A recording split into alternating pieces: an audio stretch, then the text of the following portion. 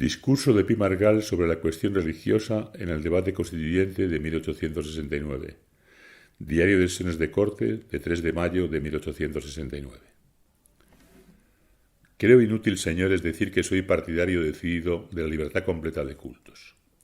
Que soy partidario decidido de esa libertad, no tanto considerando la libertad en sí, como considerándola como la condición necesaria, como la base obligada de la libertad de pensamiento. A pesar de haberse abolido la censura previa en todo lo demás, se ha conservado siempre en todo lo relativo a la religión y a la moral, y esto precisamente por existir en España la unidad religiosa. Y en realidad, señores, no sería posible conservar la unidad sin esa intolerancia, ni sería tampoco posible que donde hay una religión que pretende ser la única y la verdadera, no le sometan todos los pensamientos a su criterio.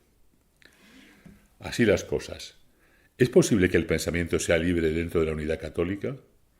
El pensamiento no puede manifestarse, no puede desenvolverse sin dar contra esas paredes de hierro creadas por el catolicismo. No es posible que el pensamiento sea libre dada la unidad religiosa.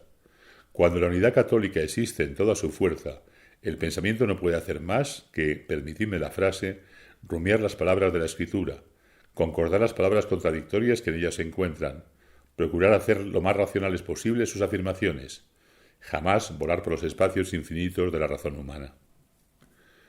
No es posible. No es de ninguna manera posible suponer que el catolicismo existe como ha existido en otros tiempos. No es posible.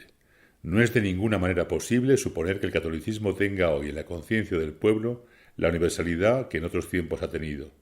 Y si esto es así, ¿por qué se viene diciendo constantemente que nosotros no debemos ni podemos establecer la libertad de cultos? ¿Por qué la libertad de cultos no es entre nosotros una necesidad sentida? ¿Cómo sabéis que no es una necesidad? ¿De dónde lo deducís? ¿Hemos tenido acaso por ventura medios legales para poder decir cuáles son nuestras opiniones religiosas? Pero esa libertad de cultos, esa gran libertad que parece que todos deseamos, ¿cómo ha sido formulada por la Comisión del Proyecto de Constitución? He aquí lo que ahora tengo que examinar.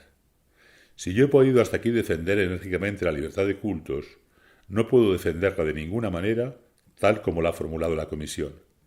La Comisión empieza por declarar que la nación se obliga a mantener el culto y los ministros de la religión católica. Sigue diciendo que queda garantizado a los extranjeros residentes en España el ejercicio privado y público del culto, que cada cual profese sin más limitaciones que las reglas universales de la moral y del derecho. Y dice por fin que si algunos españoles profesaran otra religión que la católica, es aplicable a los mismos la prescripción del párrafo anterior.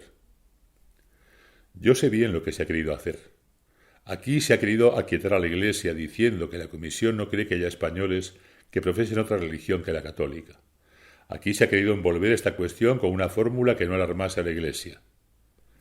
Esto es un artículo que nadie puede aceptar, porque cae como un ultraje sobre los españoles que manifiesten profesar una fe distinta de la católica.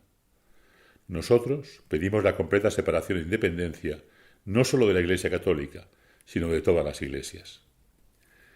Y he aquí por qué, admitiendo el poder de la Iglesia tal y como ella lo concibe, creo que si vosotros queréis que coexistan el poder temporal y el poder espiritual, es de todo punto necesario que separéis el uno del otro y declaréis los dos completamente independientes. Independientes de manera que la Iglesia no puede decir nunca al Estado: haz firmes mis decisiones, haz firmes mis anatemas, préstame tu espada para que yo pueda lograr que mis fieles me obedezcan. Es preciso que ese poder espiritual viva de su propia vida, viva de su propia fuerza, y no puede apelar más que a la persuasión, al consejo, jamás a la violencia. ¿Por qué razón se ha de imponer a la nación española la carga de estar pagando la Iglesia católica y no pagar las demás religiones? ¿Con qué derecho se podrá decir a los españoles que mañana profesen otra religión que la católica, que contribuyan a las cargas de una religión que no sea la suya? Desde el momento en que se ha declarado libre el ejercicio público y privado de todas las religiones, desde el momento en que es posible que los españoles profesen otra religión que la católica, no hay ningún derecho para imponer a los españoles disidentes una contribución para la Iglesia católica. Creo haber demostrado cuán necesaria es la libertad de cultos para que el pensamiento sea completamente libre, y en este punto principalmente hago consistir la necesidad de la libertad de cultos.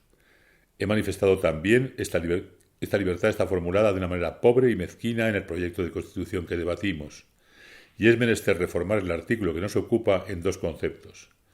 Primero, no separando a los españoles de los extranjeros, y segundo, separando la Iglesia y el Estado y eliminando del presupuesto de gastos el capítulo de las atenciones eclesiásticas. Este es mi deseo y este el fin de mi discurso.